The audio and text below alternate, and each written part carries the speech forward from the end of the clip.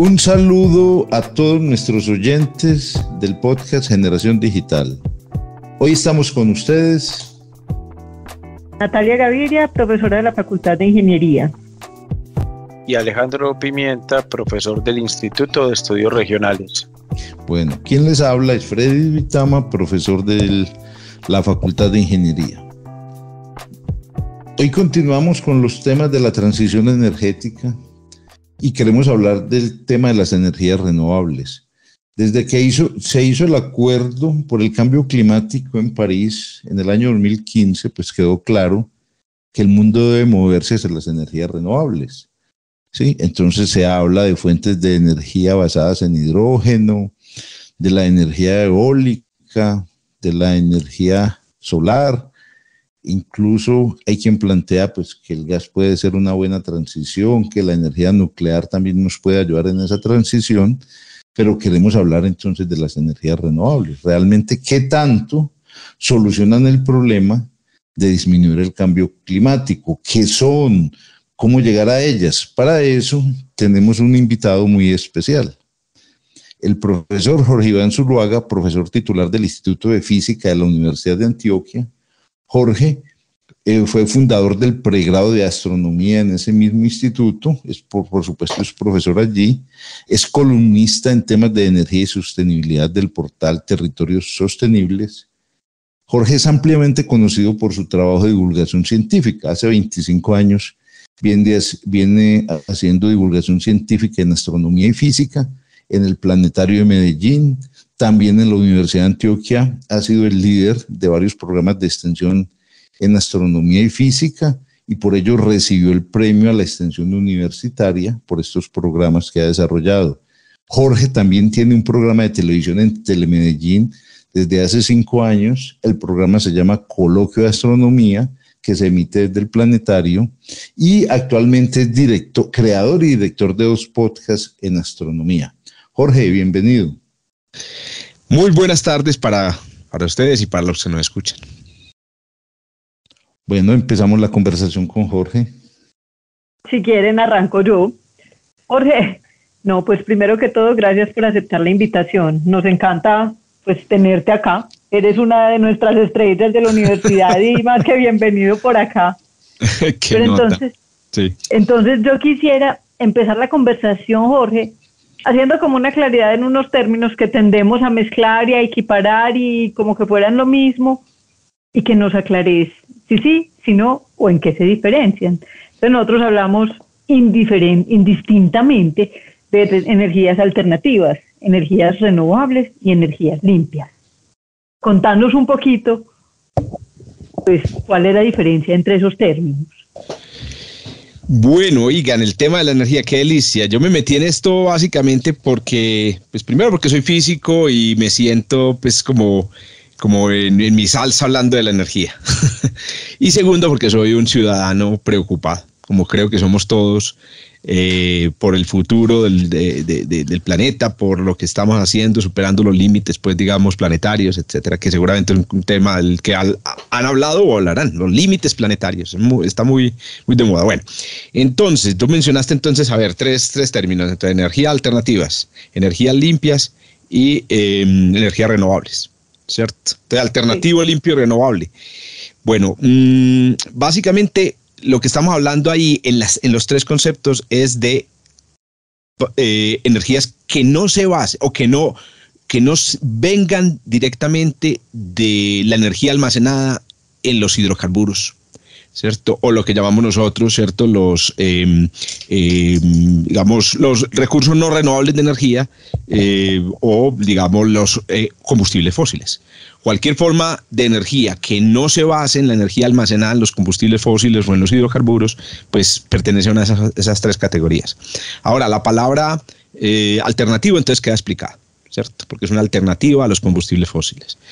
La palabra renovable viene del hecho de que los combustibles fósiles pues, se basan en unos hidrocarburos que fueron creados por la corteza de la Tierra a través de un proceso muy largo de presión que involucró altas presiones, altas temperaturas y grandes concentraciones de materia orgánica, normalmente en el cadáver de organismos microscópicos. ¿Qué pasa? Resulta que la Tierra lleva creando estos hidrocarburos por 400 millones de años, pero no ha creado infinita cantidad de esos hidrocarburos. Entonces se dice que la energía que están en ellos es una energía no renovable, se va a perder, va a desaparecer eventualmente. Bueno, mientras que hay otras fuentes de energía que, aunque tampoco son infinitas, pues casi. La luz solar, por ejemplo, casi que es infinita, porque el sol pues va a durar 5.000 millones de años más. Y finalmente tenemos el concepto de limpio. Este es un concepto bien jodido, no sé si se dieron cuenta en estos días que hubo una discusión, una decisión en la Unión Europea para decidir, por lo menos por una de las formas de energía alternativa y renovable, que es la energía nuclear, que también realmente no es infinita, pero la abundancia de energía en esa área es muy grande, y es si esa energía es limpia o no. Bueno, llamamos limpia a una fuente de energía que no produzca, digamos, el equivalente a lo que producirían la extracción de energía de los hidrocarburos, que es básicamente CO2. Que es importante entender una cosa: toda fuente de energía tiene productos materiales y libera calor. Libera calor que no se puede utilizar. El producto material puede ser muy diverso. Entre ellos puede ser CO2, metano o agua. Inclusive si es metano, que no es CO2, nosotros siempre intentamos calcular cuál es el equivalente. Por ejemplo, cuando es metano, ¿a cuánto CO2 equivaldría el metano generado, por ejemplo, al sacar energía? Miren una fuente de energía que consideramos supuestamente limpia y renovable: la energía gravitacional que está en nuestras montañas, que la extraemos utilizando el agua de los ríos. Esa energía no produce, ahí no se está quemando nada, pero resulta que cuando se embalsan, digamos, se estancan las aguas, en el fondo de esos grandes estanques que llamamos embalses viven bacterias que producen metano. Así que inclusive Guatapé o el Guavio, que se consideran supuestamente lugares de producción de energía limpia, están produciendo metano. Entonces uno asocia a estas fuentes de energía una emisión de metano y les calcula lo que llaman el equivalente en CO2. El equivalente en CO2 es un concepto pues como para medir lo limpio de una fuente de energía. Quiero aclarar esto y ya con esto termino. Todas las fuentes de energía tienen un equivalente de CO2, todas. Inclusive la energía nuclear, la energía solar, porque en el proceso de sacar energía se produce CO2. Llamamos una energía limpia a la que tenga una cantidad de CO2 que sea inferior a un cierto umbral. Ahora, defíname ese umbral. Es el problema. Pero vamos a decir que es bajita el equivalente en CO2. Buenísimo. Creo que muy clara tu explicación. Yo quiero que nos metamos en este momento, digamos, ya en el tema específico de este episodio, y es el hidrógeno. De hecho, estos días en la facultad tuvimos como invitado al primer carro en hidrógeno que hay. Sí, hubo una charla muy interesante y estuvo el carro ahí en la facultad. Incluso pues me sorprendí, es un carro bien bueno. Uno tiene en la cabeza la idea de que puede ser un carro pues como no muy bueno, nada, no, en absoluto, es un carro y muy potente, bien bueno, claro que tiene sus 3 tanques de hidrógeno pues atrás y todo el mecanismo de conversión muy bonito. Entonces yo quiero que hablemos de ese tema. Contanos, el hidrógeno, o sea, no es clara para mucha gente la conversión de hidrógeno en energía. Entonces, ¿cómo es esa parte de la conversión del hidrógeno en energía? Claro. Bueno, el hidrógeno es un combustible muy bueno. Bueno, hay que decir que realmente el mejor combustible que existe se llama gasolina. Por eso es que somos adictos puedo decir palabras, ¿no? Por eso es que somos adictos a ese veneno. Porque es que eso es delicioso. Eso produce, un litro de gasolina produce mucha energía. Entonces un litro de hidrógeno no produce tanta energía como la gasolina, pero también es combustible. Ahora, ¿qué pasa? ¿Por qué no? Entonces, si el hidrógeno es combustible y por lo tanto puede producir calor, ¿por qué no lo tenemos en nuestra casa? Porque es muy difícil manipularlo, porque es un gas muy ligero, se escapa muy fácil y porque es peligroso. Yo no sé si ustedes supieron, y para los oyentes que viven de pronto en otras ciudades, hace poco aquí en Medellín encontraron explotó una casa. Explotó una casa, ¿cómo así? Resulta que estaban llenando pipetas con hidrógeno para reemplazar el helio de los globos. Porque el hidrógeno es así de ligero, es más ligero que el helio. Hágame el favor, ¿cómo es que no se dieron cuenta o no sabían que el hidrógeno es un combustible y les explotó? Tengan mucho cuidado, inclusive esta es una advertencia para quienes vayan a comprar de pronto una pipeta o vayan a mandar inflar los globos, porque se los pueden estar reemplazando por hidrógeno, y una bomba que explota con hidrógeno cerca de una chispa pues produce una explosión muy grande. Muy bien, esa es la idea básica, el hidrógeno se quema. El problema o la pregunta es, bueno, ¿y entonces dónde hay hidrógeno? Pues para quemar, pues, ¿cierto? ¿Dónde hay hidrógeno para que calentemos aquí en las ollitas, en el fogón? Ahí está el problema. El hidrógeno no existe en la Tierra, es muy poco abundante. Incluso es una de las razones por las que a mí me encanta este tema, es porque el hidrógeno es el elemento más abundante del universo, pero está en las estrellas. En la Tierra no hay, porque es un gas muy ligero y se escapa muy fácil de la gravedad. Entonces aquí viene un concepto que es súper importante. Y es el siguiente: el hidrógeno realmente no es una fuente primaria de energía. ¿Por qué? Porque no podemos, no tenemos el yacimiento de hidrógeno de los cuales para quemar. Al hidrógeno se lo llama un vector energético. ¿En qué sentido es un vector energético? No hay yacimientos de hidrógeno, pero podemos tomar una sustancia a la que le abunda el hidrógeno, o dos sustancias, el metano y el agua. Podemos tomar esas sustancias y sacarles el hidrógeno. Ahora, ¿por qué se lo llama un vector energético? Para coger el agua y sacarle el hidrógeno hay que inyectarle energía al agua. Entonces miren esta conversión. Imagínense que ustedes tienen La Guajira, juepucha, tremenda granja de paneles solares, el diablo, y producen electricidad, digamos, no sé, 1 gigavatio de electricidad, pero está en La Guajira.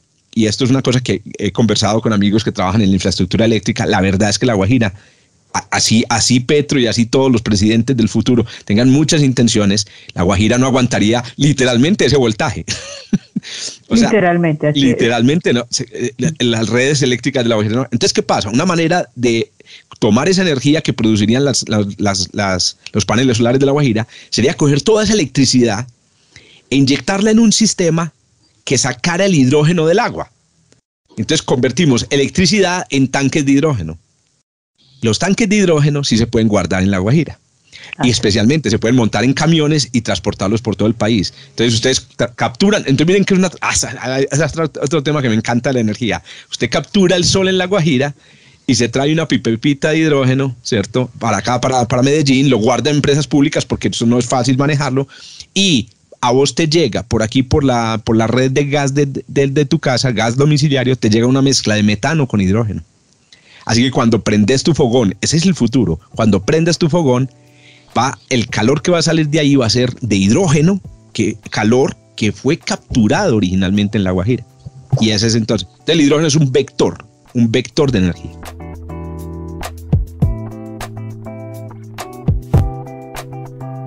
Vení, y entonces, por ejemplo, en el carro, ¿cómo convertir ese hidrógeno en energía para que el carro ande el carro? Uh-huh. Sí, ahí hay dos métodos. El primer método fue el de los primeros carros experimentales, que eso ocurrió hace como 20 años, y es pues cambiar la gasolina por hidrógeno. Pues inclusive los motores de combustión interna se pueden adaptar para quemar casi cualquier cosa, y ya lo vemos. Pues, hay carros a gas. Entonces, ¿qué es ese gas? Metano. Entonces utilizan metano. Bueno, es una mezcla de metano con propano, con otros gases de hidrocarburos. Ustedes pueden tener alcohol. Esos son los combustibles, estos combustibles, ¿cómo se llaman? Los biodiesel. El biodiesel es una mezcla de alcohol con hidrocarburo. Bueno, y puede tener hidrógeno. ¿Cuál es el problema? El problema es que un motor que quema hidrógeno es muy ineficiente. Entonces es muy difícil. Y entonces hay una alternativa que se llama las celdas de hidrógeno, y es que usted hace pasar el hidrógeno por un mecanismo en el cual el hidrógeno, al ir pasando y al unirse con el oxígeno, va liberando electricidad, va liberando energía en una batería y se convierte en agua. Entonces lo que hace es que con el hidrógeno se carga la batería. Entonces los carros de hidrógeno son carros eléctricos. ¡Vivan los carros eléctricos! Claro. Yo los adoro. Claro. Jorge, una pregunta. ¿Podemos decir que apenas estamos en la fase de experimentación del uso del hidrógeno, o ya hay sectores donde, digamos, que se mueven con energía basada en hidrógeno? ya hay sectores. Es más, yo tengo este criterio cuando los capitalistas, un saludo a todos los capitalistas que nos están escuchando, cuando los capitalistas ponen en el mercado productos a la venta que utilizan una tecnología, para mí esto es una tecnología probada. Y eso es lo que pasa pues con Hyundai, con, ¿cuál es esta marca? La otra marca que está comercializando. Bueno, hay dos marcas que están comercializando ya carros de hidrógeno y atención con esto, hay otros capitalistas también que les encanta ya invertir en cosas que ya están probadas y son las estaciones de servicio. En Alemania, hace poco un amigo me dijo, uno pasa por una estación de servicio en una ciudad cualquiera y se encuentra pues las mangueras que proveen gasolina y diésel, y se encuentran ya mangueras que proveen hidrógeno. O sea, John Natalia Alejos, eso está probado. Es más, lo que sucede es que... No puedo creer que ya haya, ¿cómo se llamará? Hidrogenolineras, yo no sé. Tiene su nombre, sí, yo creo que sí. Porque de estos días me corrigieron, ¿cierto? Porque dicen electrolineras, no, se debe decir electrileras. ¿Cómo es que es electrolineras? ¿Cómo es que es decir, porque la N es de gasolina, no hay que usarla. Entonces sería hidrogileras o hidrogileras. Bueno, pero a ver, ¿qué retos todavía hay por superar para decir que se masifique? Así como vi que la gasolina o el gas, otras fuentes de energía se usan sin ningún problema, de una manera sencilla en el hogar, en la industria. Claro. Bueno, hay un primer reto que tiene que ver con el almacenamiento del hidrógeno, que es una sustancia muy ligera y si tú llenas un tanque con metano o con propano, pues el metano y el propano se escapan muy lentamente, pero si tú llenas un tanque con hidrógeno, el hidrógeno es tan ligero que se te va por cualquier medio huequito en la soldadura del tanque, entonces, ¿qué pasa? La manipulación del hidrógeno es delicada, pero se sabe que se pueden adaptar. Por ejemplo, las tuberías que transportan gas natural se pueden adaptar para transportar hidrógeno, pero necesita una inversión en infraestructura. En la casa se puede tener el hidrógeno, pero se necesita una inversión en infraestructura, porque vos tendrías pues, un gas muy ligero en las redes de distribución, por ejemplo, de gas domiciliario, escapándose por todas partes. Y eso hay que probarlo, pero yo le tengo mucha esperanza. Ahora, hay otro tema muy interesante, que yo creo que es el tema más importante, muchachos. Yo sinceramente creo que realmente no va a ser la movilidad de personas, no va a ser esa área, no va a ser el cocinar. Realmente el hidrógeno para mí va a resolver uno de los problemas más graves de la energía en este momento, y es mover carga y gente. Porque ustedes saben que nosotros podemos electrificar toda la red, y eso que hay muchos escépticos que dicen que si en este momento Natalia, John, Alejandro y todos los profesores de las universidades del país, para ser consistentes, ¿cierto?, con la lucha contra el calentamiento global, se compran un carro eléctrico, EPM se embala porque no tendría cómo darles electricidad. Pero si toda, por ejemplo, coordinadora, que va a poder hacer propaganda aquí, o TSC, ¿cómo es que? Todas estas transportadoras, eso, consiguen carros de hidrógeno, camiones de hidrógeno, podrían eliminar una presión muy grande que hay sobre el sistema energético, porque esos son los carros que están produciendo el CO2, esos son los camiones que están llevando paquetes, los aviones que están llevando personas, los trenes, y bueno, los trenes no que son eléctricos, digamos los trenes, bueno sí, los trenes en Europa que son de diésel, esos son los que están produciendo. Entonces el hidrógeno necesita llegar a esas, y ahí Johnny, yo me imagino que Nati y Alejo también han escuchado, ya llegó el primer tren de pasajeros a Alemania de hidrógeno. Esa es una noticia excelente, eso ocurrió hace un par de semanas y es una noticia excelente. Para allá vamos. Ahora, hay un último problema que quiero mencionar. Necesitamos producir hidrógeno, pero al 100, mucho hidrógeno. Y para producir hidrógeno necesita energía. Entonces ahí es donde entra la energía nuclear. Se está calculando que la energía nuclear hoy se utiliza para producir electricidad en todo el planeta, más o menos la mitad. Bueno, no, menos del 40% de la electricidad gringa es energía nuclear. Este es un dato que casi nunca se da porque uno siempre piensa en Francia. En Francia es el 70% de la electricidad. 40% de la energía eléctrica gringa. ¿Qué pasa? En el futuro, Pero ojo, cuando se produce electricidad en un reactor nuclear se pierde, ya no recuerdo cuánto, como el 30% de la energía que se produce en el reactor. En cambio, si utilizáramos los reactores nucleares para producir hidrógeno, podríamos aprovechar el 95% de ese calor. Y ahí es donde yo creo que está el matrimonio perfecto, nuclear, hidrógeno. Vamos a ver si nos hacen caso. Porque ahí, y me devuelvo un poquito sobre un tema que trabajaste ahorita, y es sobre el tema pues, político y un poco como los impactos sociales de todo esto. Y claro, uno cuando uno no sabe de estos temas y no es experto, uno dice, claro, el hidrógeno y es evidentemente que, por ejemplo, los experimentos que uno ve por la televisión puede servir para los vehículos y eso tendrá un impacto después para el tema de disminución en el cambio climático. Muchos beneficios podría traer, pero de esa idea y de esos experimentos a que eso realmente sea digamos que una idea viable en un país como el nuestro, necesita me imagino yo, como cualquier uso de energía, de políticas, de infraestructuras, y eso genera impactos sociales. Hablemos un poco como de eso. Realmente, ¿cómo está el país en legislación para empezar de este tema? Realmente si es posible hacer esta implementación, y ya lo que se viene haciendo, ¿qué impactos puede generar en las diferentes poblaciones? Esto ¿cómo lo ves vos? Miremoslo un poquito más políticamente, o sociológicamente, mejor dicho. Eso, política y sociológicamente, entonces dejémoslo. Oigan, resulta que Colombia es una potencia energética mundial, ustedes lo saben, y esto lo ha cacareado mucho el gobierno que tenemos ahora, pero no tiene cómo extraer esa energía. Pues estamos hablando del sol, del viento y del agua.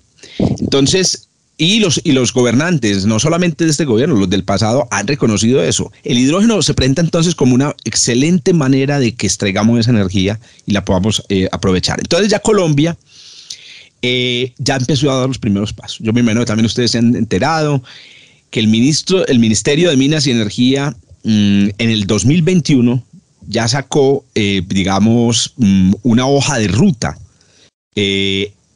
energética para Colombia. Inclusive en esa hoja de ruta, pues que ya se venía trabajando, ya está incluso considerada la energía nuclear para empezar, para que Colombia ingrese en esta área de aquí al 2030, 2040.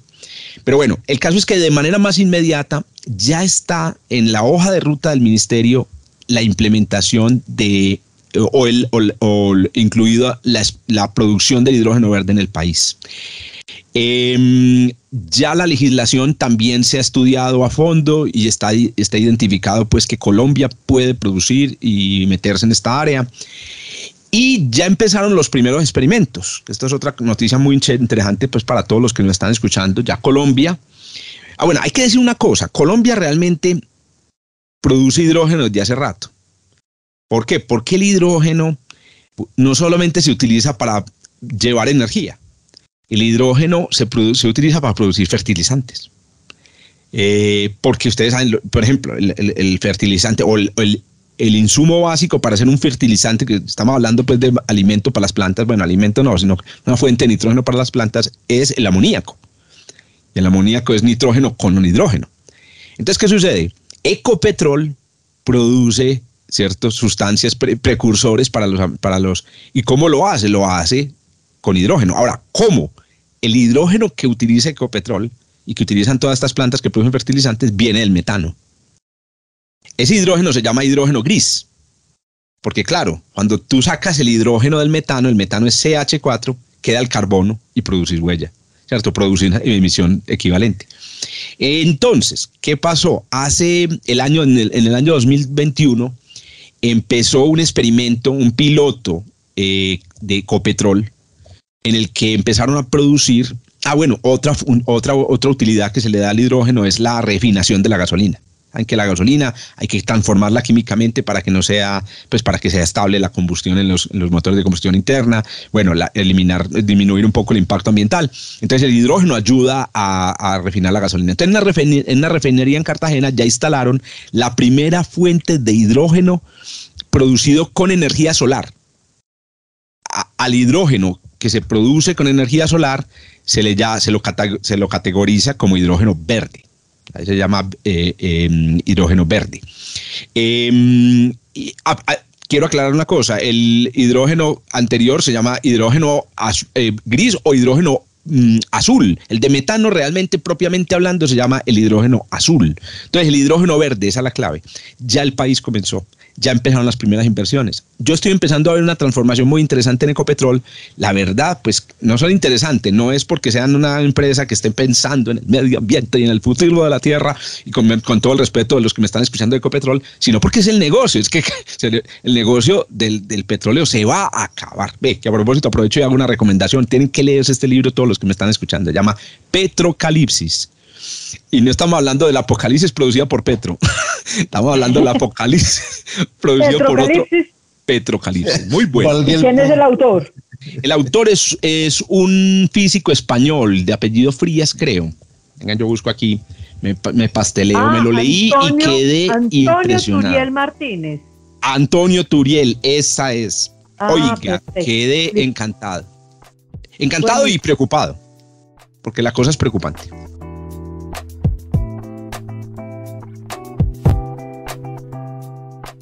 ¿Cuál es el efecto en la gente? Pues, ¿cuáles son los efectos ya sociológicamente hablando? No, yo realmente, sinceramente pienso que no pueden ser sino positivos, porque estamos hablando de, por ejemplo, digamos, entregarle energía a todo el país, utilizar, o sea, enriquecer a La Guajira, pero no enriquecer los bolsillos de las personas que todos sabemos se enriquecen en La Guajira, sino enriquecer a la gente que vive en La Guajira teniendo la máxima. Entonces piensen en la riqueza que hay alrededor de los pozos petroleros. ¿Cuál es el estado más rico de Estados Unidos? Texas, ¿cierto? Porque está lleno de petróleo por debajo. Ustedes se imaginan a La Guajira como el Texas colombiano. Eso es el sueño, pues, es el sueño. Bueno, ahora es política. Bueno, la política. Este Jorge es portador de muy buenas noticias, como siempre. Pero la verdad que el episodio, para resaltar, es, mire, hay un tema de pronto para nosotros los que somos neófitos en los temas de energía, pues no es tan cercano que el hidrógeno pueda ser una fuente de energía. Uno generalmente oye hablar de la energía solar, de otras energías alternativas. Entonces la buena noticia es que el hidrógeno, que no está tan lejos, aunque todavía hay dificultades técnicas y problemas técnicos para resolver, y como lo decía Jorge, no se trata de que nos llevemos para la casa tanques de hidrógeno, pero sí hay voluntad política, existen las herramientas para que se solucionen esos problemas técnicos y se empiece a hacer un uso más amplio del hidrógeno como una fuente de energía, y en eso como país tenemos una ventaja competitiva. Yo creo que son como los temas a resaltar de este podcast, de esta conversación, y ya si Jorge quiere cerrar con algún comentario final y agradeciéndole, pues por supuesto, que invierte el tiempo con nosotros acá. No, estuvo súper. Yo solamente agregaría tu síntesis, que el hidrógeno es un vector. Sirve para llevar energía de un lugar a otro, y también agregaría pues el sentido de preocupación que debemos tener todos. Es decir, no estamos hablando de una cosa que es chévere, unas curiosidades, no, es que esto tenemos que cambiarlo porque estamos en la olla. Estamos en la olla, no sé cómo transmitirle a ustedes más preocupación, pero yo me río, yo hablo, yo me emociono, pero en realidad yo estoy seriamente preocupado. Es más, por eso me metí en esto. Soy un astrónomo, un físico, pero me metí en esto porque estoy muy preocupado.